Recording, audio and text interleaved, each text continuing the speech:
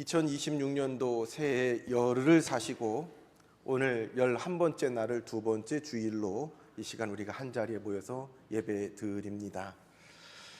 송구 연식 예배에 하나님께 주신 은혜를 곱씹어 감사하고 또 내게 주신 이 세 시간을 어떻게 하나님 앞에 살아갈 것인가 새롭게 결단하고 열흘을 사셨습니다. 우리에게 세 시간을 주신 것은, 생명의 시간을 연장해 주신 것은 분명한 하나님의 뜻과 하나님의 계획과 하나님의 인도하심이 있을 거라는 믿음으로 우리는 그 시간을 사명으로 살아갑니다. 살아왔던 많은 시간들을 돌이켜볼 때에, 지나간 시간들을 돌이켜보면 꼭 하지 않았어도 될 일들을 하고도 살았습니다. 그냥 지나갔어도 될 일을 거기 매여서 집착하며도 살았습니다. 그때는 그거 못 가지면 큰일 나는 것처럼, 그거 못하면 안 될 것처럼, 그것을 잃어버리면 죽는 게 나을 것처럼 집착하면서 살았습니다. 근데 시간이 지나 보니까 문득 왜 그때는 그것 때문에 울고 웃고 그랬는가, 그랬던 내 자신이 한심하게 느껴질 때가 있습니다. 그러나 우리에게 주신 이 세 시간 가운데에 우리가 남은 시간들을 헤아릴 수 있다라고 그러면 옛날에 했던 것, 과거에 먹었던 것, 과거에 누렸던 것, 즐겼던 것 그대로 다 하며 살 수가 없습니다. 이제는 안 해도 되는 것, 그만해도 되는 것 내려놓고 우리의 제한된 시간은 선별적으로 살아가야 합니다. 세계는 지금 세계 테마기행 보면 전 세계 어디 얼마나 아름답고 가보고 싶은 곳이 많아요. 그러나 분명한 현실은 그냥 그렇게 보는 게 좋지 다 갈 수도 없고, 또 막상 가보면 화면에서 보는 것만큼 그렇지도 않아요. TV에 보면 먹을 게 얼마나 그렇게 많아요. 전국에 맛집은 왜 이렇게 많아요. 그렇다고 우리 다 가면서 그거 다 먹어야 잘 사는 사람입니까? 그렇지도 않아요. 남들 가진 거 다 갖고 남들 해본 거 다 해보고 다 누려본들 그럴 수도 없을 뿐더러 그렇다고 그 인생을 잘 사는 인생이라고 볼 수 없습니다. 그러나 그거 다 못 가보고 못 누리고 못 소유해봐도 하나님이 나에게 주신, 이 땅에 하나님이 나를 보낼 때 나에게만 주신 그것 내가 해야지, 이거를 우리는 사명이라고 합니다. 나는 딴 건 몰라도 이거는 해야 해. 다른 건 몰라도 나는 이거는 꼭 이뤄야 돼. 거기는 가야 돼. 해도 되고 안 해도 되는 것 아니라 반드시 해야만 되는 것, 이것을 사명이라고 합니다. 길거리에서 강도 만나서 겁안 죽게 된 사람들, 죽게 된 어떤 사람이 옷이 다 벗겨진 채로 죽어가고 있을 때에 아유 저 사람 안 됐다, 아유 불쌍하다, 오늘 운이 없네, 혀를 차며 사람들이 지나갔습니다. 나도 바빠, 나도 지금 이 사람이 어떻게 보지, 나도 내일 바빠, 나도 살기 힘들어 하면서 지나갔습니다. 근데 어떤 사람, 사마리아 사람이니 어떤 한 사람은 그걸 못 지나가는 거예요. 그 자리를 차마 발이 안 떨어지는 거예요. 물론 예수님이 그 비유를 하시면서 질문하시죠. 이 강도 만난 자의 이웃이 누구겠는가 라고 질문하시지요. 그 사람이 이웃입니다. 또 어찌 보면 그 사람의 사명입니다. 오늘 내가 강도 만나 죽게 된 사람 옆에 지나가는 것은, 이 사람을 보게 한 것은 하나님이 내게 주신 사명이지. 그래서 못 본 척하지 않고, 실제로 고속도로 사고 현장 뒷정리하다가 얼마 전에 고속도로 경찰관이 그 다음에 오는 다른 차에 사고를 당해서 목숨을 잃었습니다. 그 위험한 자리, 위험한 거 알지만 거기 서서 그 자리를 지키는 겁니다. 이게 그의 사명입니다. 목숨을 내걸고 꼭 가야 하는 곳, 목숨을 내걸어도 죽더라도 해야 되는 것, 사명입니다. 학교 다닐 때 국어 시간에 시 같은 거 나오면은 그거 다 외워야만 했습니다. 못 외우면 선생님한테 우리 때는 막 얻어맞았어요. 얻어맞으면서 외웠는데, 여러분 가운데 얻어맞으면서 외웠던 시 가운데 이 시를 기억할지 모르겠습니다. 이은상 씨가 지은 시인데 내용은 이렇습니다. 고난의 운명을 지고 역사의 능선을 타고 이 밤도 허우적거리며 가야만 하는 결례가 있다. 고지가 바로 저긴데 예서 말 수는 없다. 넘어지고 깨어지더라도 한 조각 심장만 남거들랑 부둥켜 안고 가야만 하는 결의가 있다. 새는 날 피 속에 웃는 모습 다시 한번 보고 싶다. 이 시의 제목은 그렇죠. 중간에 나온 것처럼 고지가 바로 적인데 라는 시입니다. 이 시는 이은상 씨가 1954년 우리 한국 전쟁 동란이 끝나고 나서 얼마 되지 않아서 해가 바뀌는, 한 해에서 한 달 새로 바뀌는 그때에 지나간 시간, 비참했던 동족 간에 죽고 죽였던 그 시간을 반추하면서 또 앞으로 살아갈 시대를 내다보면서 분단된 조국의 현실 앞에서 고지가 바로 적인데 멈출 수 없는 이 민족의 하나됨을 바라보면서 지었던 시가 바로 이 시입니다.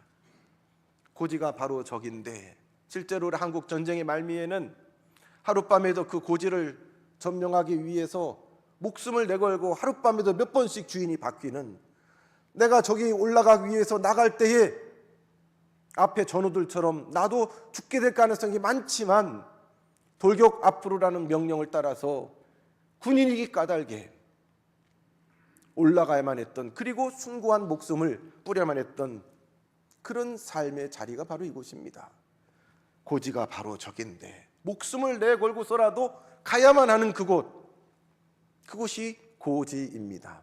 성도 여러분, 지금까지 살아오면서 여러분이 반드시 내가 올라가야 할 고지라고 여겼던 그곳, 어떤 고지였습니까? 우리 중고등부가 교육자가 없어가지고 예배를 우리 어른들하고 같이 드리고 있어요. 어찌 보면 여러분의 고지는 대학처럼 여겨집니다. 실제로 우리도 학교 다닐 때 선생님들이 대학이라는 고지 못 올라가면 너희들은 낙오병이다, 인생의 실패자다, 그보다 더 심한 말도 들었지요.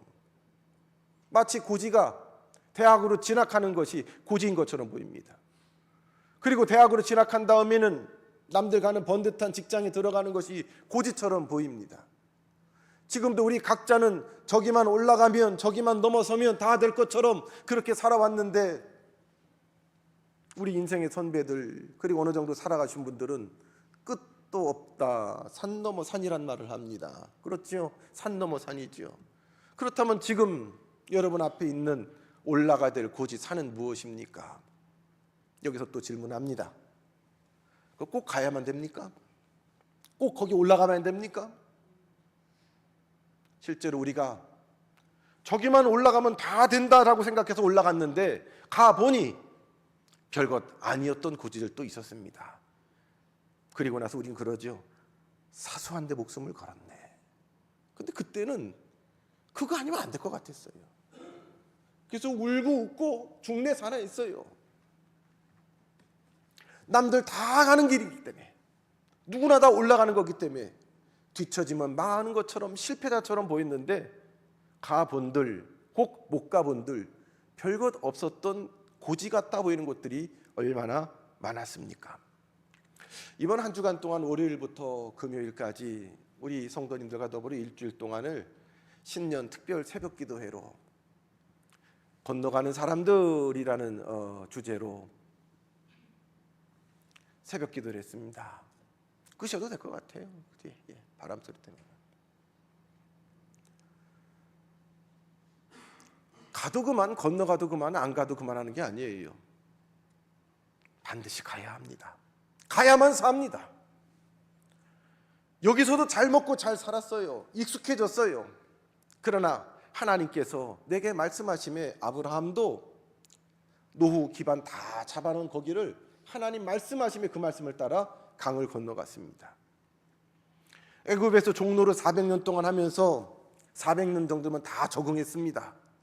종로로 또 적대를 따라서 주인만큼은 못 누리지만 먹을 거 주고 살만했습니다. 그런데 하나님께서 저들을 그 노예 자리에서 이끌어 주셨을 때에 그들은 그 강을 건넜습니다. 홍해를 건넜습니다. 그래서 그 강을 건넌 사람들, 물을 건넌 사람들, 그 의미가 히브리입니다.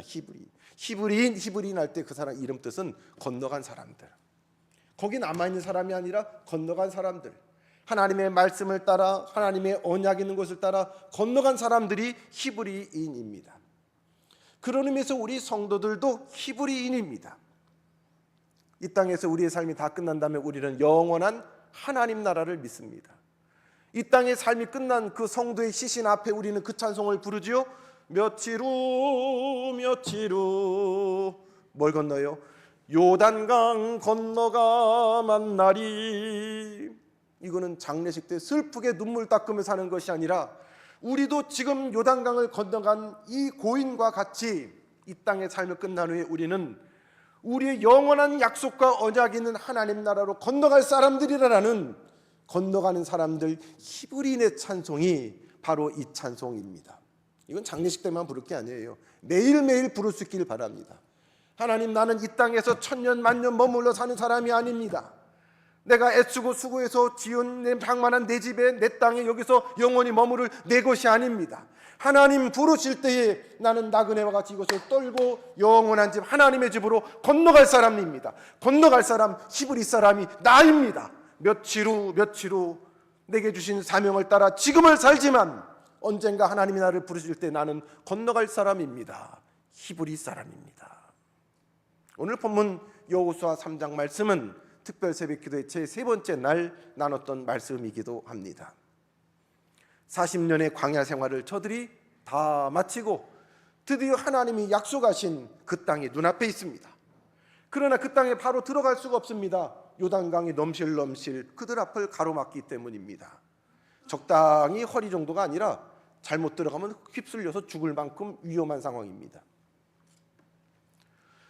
그들이 강을 건너기 전의 상황은 녹록치 않습니다. 왜냐하면 40년 동안 그들이 눈앞에서 믿고 의지했던 모세가 얼마 전에 죽었기 때문입니다. 하나님의 말씀을 따라 나왔지만 당장 눈앞에 저들을 이끌었던 지도자가 결핍된 상황은 녹록한 상황이 아닙니다. 40년 동안 매일매일 아침마다 주시는 만나를 먹고 여기까지 왔습니다. 그리고 또 구름기둥과 불기둥을 따라왔습니다. 자다가도 불기둥이 움직이면 눈을 비비고 짐을 챙겨서 그 길을 떠나야만 했습니다.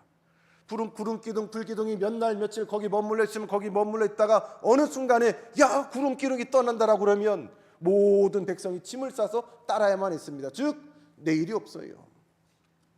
우리는 새해 계획도 세우고 일주일 계획도 세우고 한 달 계획도 세우고 미래 계획도 세웁니다만, 그래서 백성들은 모세, 당신이 지도자인데 어떻게 내일 일을 얘기를 못 해주나? 내일 일이 아니라 1시간 뒤의 일도 몰라요. 모세의 지도력은 그것이 참 힘들었어요. 우리한테 비전을 제시해달라. 앞으로 도대체 언제 가나안 땅 들어간다는 거야? 어느 경로를 거쳐서 어느 계획, 당신 로드맵을, 계획을 한번 내놔봐라. 이 모세는 내놓을 수가 없어요. 구름 기둥 불기둥이 언제 어떻게 될지 내가 어떻게 알아요, 모세가요. 근데 그 모세마저 죽어버렸어요. 모세가 죽은 상황에서 이스라엘 백성들이 보니까 어찌 보면 좀 한심해요. 어찌 내일도 모르는 상황 가운데 40년을 그렇게 왔어요. 기가 막히죠. 모세도 없고. 그런데 보니까 모세 대신에 하나님이 누굴 세웠어요? 우리 중고등부 아세요? 모세 대신에 그 다음에 누굴 세웠나? 아는 분 있어요? 목사님은 아니에요. 저는 서로 얼굴 본들 답 안 나와요. 여호수아를 세웠습니다. 우리 중고등부한 여호수아, 영어로 해야 되나? 조슈아. 모세 대신에 여호수아를 세웠습니다. 이름 넉자가 위대한 사람이 많아요. 여호수아. 아는 사람만 은혜가 있을 것입니다. 근데 여호수아는 아직 경험도 없어 보여요. 젊어요. 다행이긴 하지만 사실 좀 마음이 조마조마해요.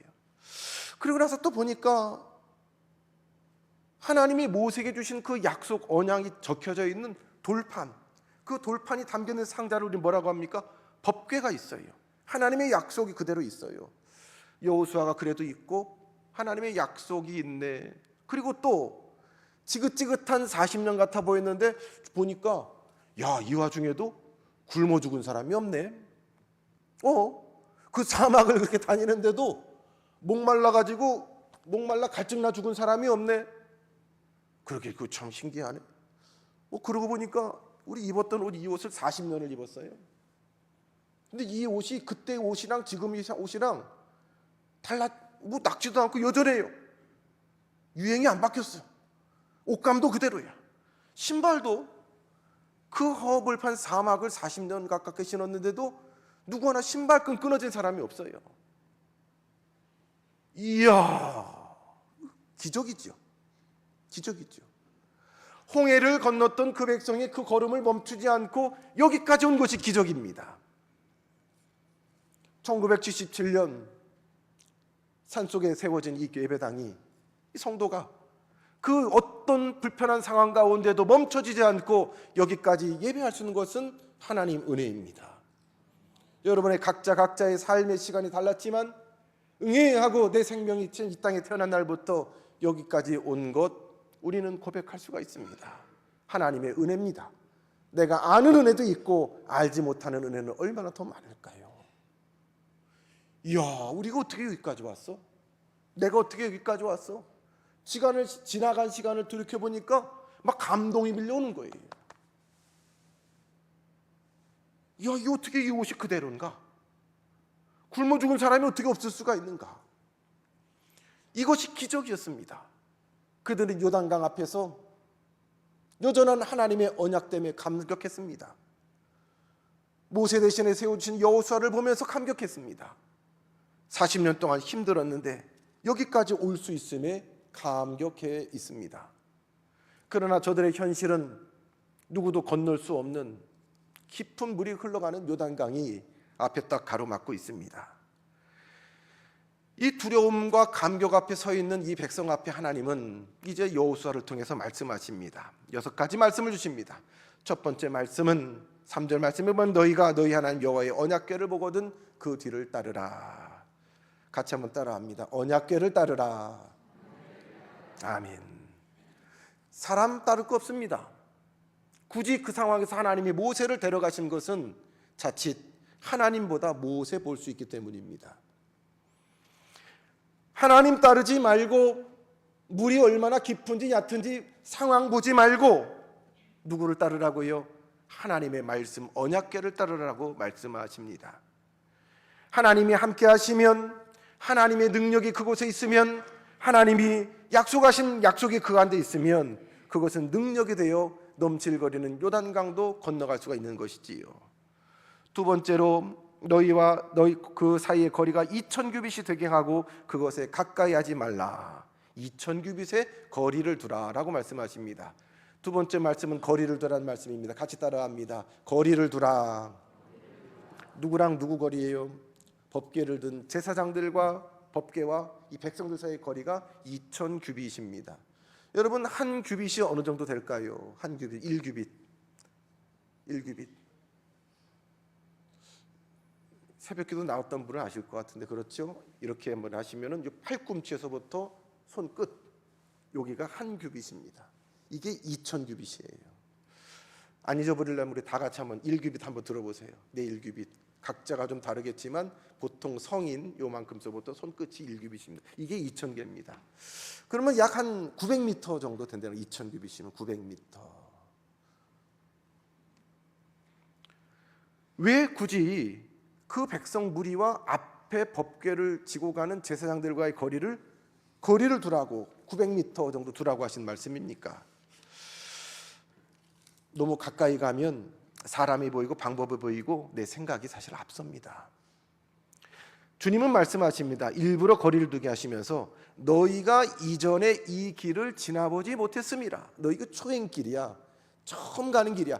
잘못 갈 수 있어. 모르는 길이기 때문에. 그래서 앞에 법궤가 길을 인도할 때에, 제사장들이 갈 때에 그것을 보고 가야지 바로 간다라고 말씀하세요. 옆에 사람 보지 말고, 앞 사람 뒤통수 보지 말고 모든 백성이 뭐를 바라봐야 돼요? 법궤, 말씀을 바라보란 얘기입니다. 그리고 큰 그림을 보려면 좀 물러서야 합니다. 눈에 잘 안 보이는 거 안경 벗고 이러고 봐야 되겠지만, 큰 그림은 내 시야에 들어오지 않는 그림을 어떻게 해요? 몇 걸음 물러서서 봐야 그 그림이 보입니다. 하나님이 우리에게 그려주시는 그림도 그러합니다. 가까이서 봤을 때는 이해가 안 됐습니다. 그래서 하나님 앞에 기도하지요. 하나님, 어떻게 나한테 이런 일이 있을 수 있습니까? 하나님, 나한테 왜 이럽니까? 나는 도대체 하나님의 뜻을 알 수가 없어요.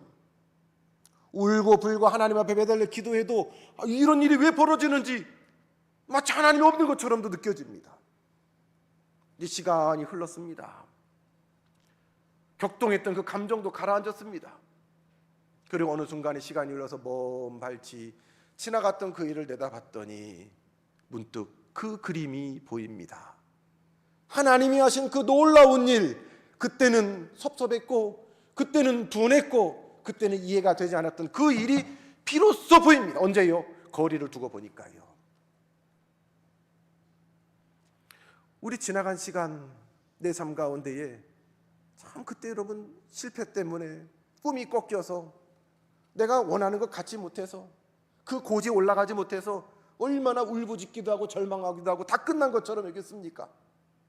근데 지나고 나서 먼 시간이 지나서 내려다 보니까 지나고 보니까 하나님의 손길 안에 하나님의 안목으로 바라보니까 그래서 거기에 못 오르게 하셨군요. 그래서 그거를 내게 안 주셨군요. 하나님, 그래서 내게 그만한 눈물의 시간이 필요했군요. 우리 개개인의 역사도 그러하고 이제 곧 49년을 넘어 50년을 바라보는 우리 교회에 지나간 시간들도 그때는 참 사람도 원망스럽고 그 상황도 힘들었고 그때 뭐 주고받았던 일들 말들 생각하면 지금도 막 그렇게 올라올 수도 있지만 이제 한 걸음 물러서서 하나님이 왜 그러셨어요? 이제 보이는 게 있어요. 거리를 두고 보라.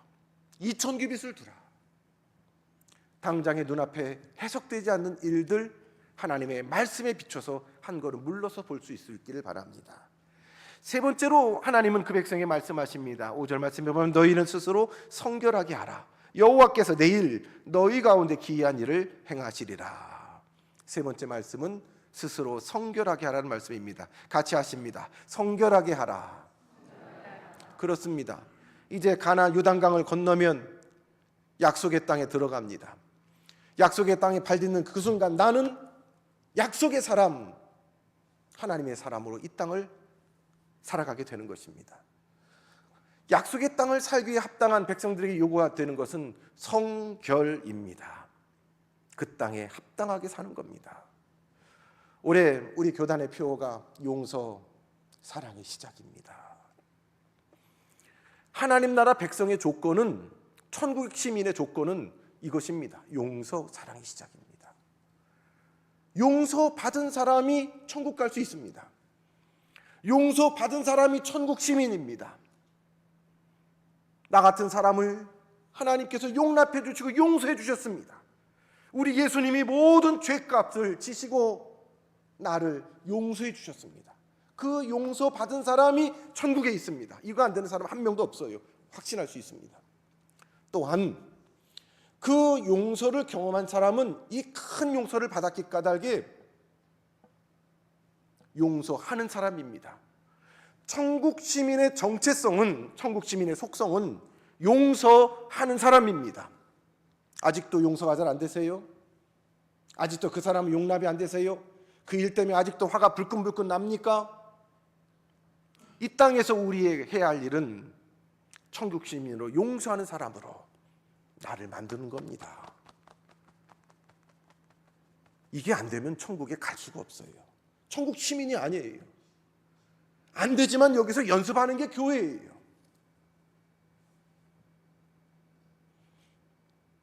우리 옆에 분 누가 앉았는지 모르겠습니다. 옆에 분을 이렇게 양쪽에 분을 한 분한테 서로 이렇게 얘기하면 내가 다 용서해. 이렇게 서로 한번 용서해. 내가 다 용서할게. 서로 어떻게 용서가 안 되는 분이 있어요? 내가 살려면 용서를 해야 돼요. 내가 천국 가려면 용서를 해야 돼요. 성결하게 하라. 원한 없이, 죄 없이 용서받고 용서해라. 네 번째 말씀은 그 백성의 지도자들에게 주시는 말씀입니다.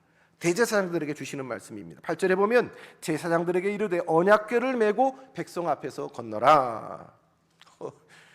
지금 뭐 들어갔다가 빠져 죽을 판인데 법궤를 맨 제사장들에게 너희들 언약궤, 법궤를 메고 앞서서 백성들 앞에서 먼저 들어가라는 겁니다. 이게 사명이에요. 설령 물에 빠져 죽어도 그렇게 죽는 게 사명자입니다. 하나님은 여기서 영적 리더십의 역할을 분명히 하십니다. 뒤에서 남들 들어보내고 박수 쳐주는 리더십이 아니에요. 하나님의 말씀을 따라 먼저 들어가는 리더가, 지도자가 되라고 말씀하십니다. 폭설이 내린 길을 누군가 먼저 발자국을 내주면 뒤따르는 사람들은 훨씬 그 길이 수월합니다. 오늘 교회학교 우리 청소년부 학생들이 있는데요, 선생님들이 안 하는 거면 여러분 하지 마세요. 선생님들이 여러분 보고 예배 빠지면 안 돼, 헌금 제대로 해야 해, 말씀 제대로 읽어야 해. 선생님들도 안 하면 여러분 안 해도 돼. 선생님들은 당신들이 못하는 거 애들한테 얘기하지 마세요. 이제 그 다음에 우리 어른들요, 우리 교회 앞서서 영적 리더십으로 세우는 목사님들, 교육자들, 그리고 당회원들, 장로님들, 권사님들, 분명히 하세요. 여러분 앞서서 여러분이 먼저 온전히 예배 제대로 안 하고 하나님 일 다 뒷전에 놓고 나중에 하지, 그거 뭐가 중요해 하는 순간 여러분 때문에 실족하는 분들이 있어요. 이게 참 부담스러운 거예요. 목사로 사는 거 사실 좀 힘듭니다. 부담스럽습니다. 내가 하겠다고 나서지 않았습니다. 하나님 불렀습니다. 내 연약함을 볼 때 나 하나님한테 솔직하게 그렇게 기도합니다. 내가 언제 하나님 먼저 목사한다 했습니까? 하나님 부르셔서 내가 여기 있는 거 아닙니까? 우리 항존직들, 교인들의 투표해서 여러분 세우셨어요? 사람이 뽑았습니까? 내가 선거운동에서 전화해서 이번에 찍어줘, 우리 항존직들, 우리 직분자들, 여러분 대답할 수 있길 바랍니다. 여러분을 누가 세우셨습니까? 어려우세요? 여러분 소리가 여러분 귀에 들릴 수 있도록 나에게 이 직분을 누가 맡기셨어요? 우리 찬양대만, 여러분 찬양대원으로 하나님이 누가 직분을 주셨습니까? 그렇습니다. 이건 사명이에요. 너희들이 먼저 앞서서 들어가 법궤 메고 그렇게 살다가 그렇게 삶을 마치는 게 사명이야. 지도자들 향해서 말씀하십니다. 다섯 번째로 법궤로 메고 들어갔을 때에 그들에게 물에 들어가라. 그러나 거기서 멈추어 서라. 그 법궤를 맨 제사장들이 물에 들어갔더니 홍해는 먼저 싹 물을 하나님이 벽처럼 세워놓고서 건너게 했는데, 요단강은요, 제사장들이 법궤를 메고 아멘 하고서 발을 딱 들어갔더니 들어간 순간 발목이 물에 잠기니까 물이 확 줄어들기 시작했습니다. 법궤를 맨 제사장들이 그 강 가운데 섰습니다. 이제 백성들이 하나하나 그 옆을 지나서 건너편으로 건너갑니다. 그 모든 백성이 다 지나갈 때까지 그들은 강 한가운데 법궤를 메고 서 있습니다. 한 사람도 그 땅에 남아있지 않도록 이만하면 됐다가 아니에요. 뒤에는 어떤 사람이 남아있을까요? 노약자들이 있을 거 아니에요. 남들보다 걸음이 느리고 몸이 불편하고 여러 형편으로 앞으로 나갈 수 없는, 그러나 그 노약자 한 사람도 포기하지 않고 모든 백성이 이 편에서 저 편으로 건너갈 때까지 그들은 서서 뭐를 했을까요? 법궤를 메고 야, 이거 어깨 빠지겠다, 팔 빠지겠다 그랬을까요? 기도했을 거예요. 찬송했을 거예요. 하나님이 하시는 놀라운 역사의 현장 가운데 그들은 하나님 앞에 찬송과 기도로 예배했을 것입니다. 그러면서 옆에 지나가는 분들에게 힘을 내세요. 잘 건넜습니다. 그리고 건너간 사람들은 건넜다 됐다고 자기 길 갔을까요? 건너편에 서서 그들을 건너오는 사람들을 환호하고 박수치며 영접했을 겁니다. 오늘 날씨가 굉장히 추운데 저는 이 추운 날 군대 생활할 때 100km 행군한 적이 있어요. 행군하고 제일 마지막 군대 생활하신 분 다 해보셨겠지만 행군 끝나고 자대로 부대로 돌아올 때 어떤 풍경이 펼쳐집니까? 잠도 못 자고 밤새도록 추운데 걷고 더워서 거기 왔는데 그 지긋지긋한 부대가 고향처럼 집처럼 그렇게 정겹고 좋지요. 근데 그 앞에 군악대가 쫙 나와서 군가를 팍 연주합니다. 그리고 우리 사단장님이 별 두 개를 사단장님이 지휘봉을 들고 맨 앞에 서가지고 우리를 등을 막 들기면서 장하다 용사들 하면서 약간 오버하면서 어깨를 두들기고 그러면은 그냥 마음이 뭉클하고 해냈다는 마음에, 법궤를 맨 제사장들은 그 한 사람들이 다 어린아이에 이르기까지 건너갈 수 있도록 기도했습니다. 격려했습니다. 그리고 마지막 한 사람이 다 건너간 후에 그들도 그 법궤를 메고 건너편으로 건너갔습니다. 그들에게 주님은 끝까지 거기 있으라, 한 사람 다 건널 때까지 끝까지 거기 있어라 라고 말씀하셨습니다. 그리고 마지막으로 6번째 말씀은 이제 이스라엘 지파 중에서 각 지파에 한 사람씩 12사람을 택하라. 이 12사람은 이 놀라운 하나님이 하신 사건에 각 지파별로 증인될 것입니다. 오늘 예배하는 우리는 언젠가 이야기로 남게 될 것입니다. 그 이야기는 우리의 예배를 함께 드린, 우리의 삶을 지켜본 우리 자녀들, 우리 후손들일 것입니다. 그들은 우리를 통해서 하나님이 하신 그 놀라운 일을, 그 일을 간증으로 저들은 이어가게 될 것입니다. 성도님들이 이제 돌아가시고 나서 장례를 치르고 하면 저는 빈소에 꼭 성도님들을 영정 앞에 있는 이 성경책을 봅니다. 성경책을 유심히 제가 보는데 고인이 생전에 열심히 펴놓고 읽었던, 손때가 묻고 거기에 어떤 분은 메모도 적혀 있고 밑줄도 그어져 있고, 그 성경책을 읽다가 우셨는지 얼룩도 해서 쭈글쭈글도 한 그런 참 그의 삶이 있는 성경도 있고, 우리 기독교식으로 하려면 여기다 성경 놓는 거래 하면서 아무거나 빨리 성경 갖고 와 해서 급하게 누구 건지도 모르는 성경이 펼쳐 있기도 하지요. 우리들이 하나님과 함께 했던 우리 사명자의 삶의 여정엔 하나님의 흔적, 하나님이 하신 놀라운 일들이 남아 있습니다. 그것은 이야기가 되어서 하나님 앞에 서는 날 하나님께서 우리 앞에 네가 나를 위하여 이렇게 헌신했구나, 네가 이렇게 어려운 가운데도 사명을 감당했구나, 하나님이 말씀하실 겁니다. 또 그 이야기는 이 땅에 남아있는 우리의 후손들에게 또 이야기가 될 것입니다.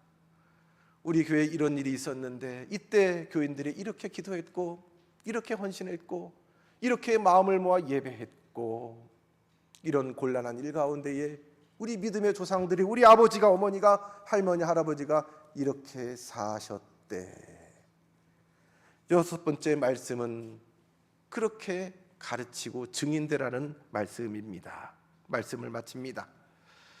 이제 신년을 앞둔 우리 낙원교회, 이 신년에 우리가 다시 이렇게 고백하길 원합니다.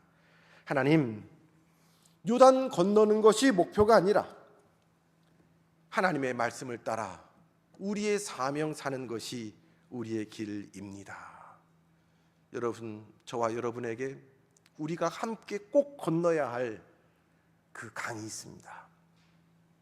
내가 하나님 앞에 꼭 건너가야 할 나의 강이 있습니다. 강물을 보고 두려워하지 마시고 여기까지 인도하신 우리 하나님께서 이 강을 넉넉히 건너게 하시는 그 은혜 주신 것을 믿고 용서의 사람, 사랑의 사람으로, 그 강을 건너는 히브리 사람으로 이 한 해를, 그리고 여러분의 생일을 살기를 주님의 이름으로 축복합니다. 하나님, 앞에 있는 강물 무서워서 두려워하지 않게 하시고 더 큰 위험 가운데도 어려움 가운데도 여기까지 인도하신 하나님의 은혜 바라보며 믿음으로 강에다가 발을 넣게 하시옵소서.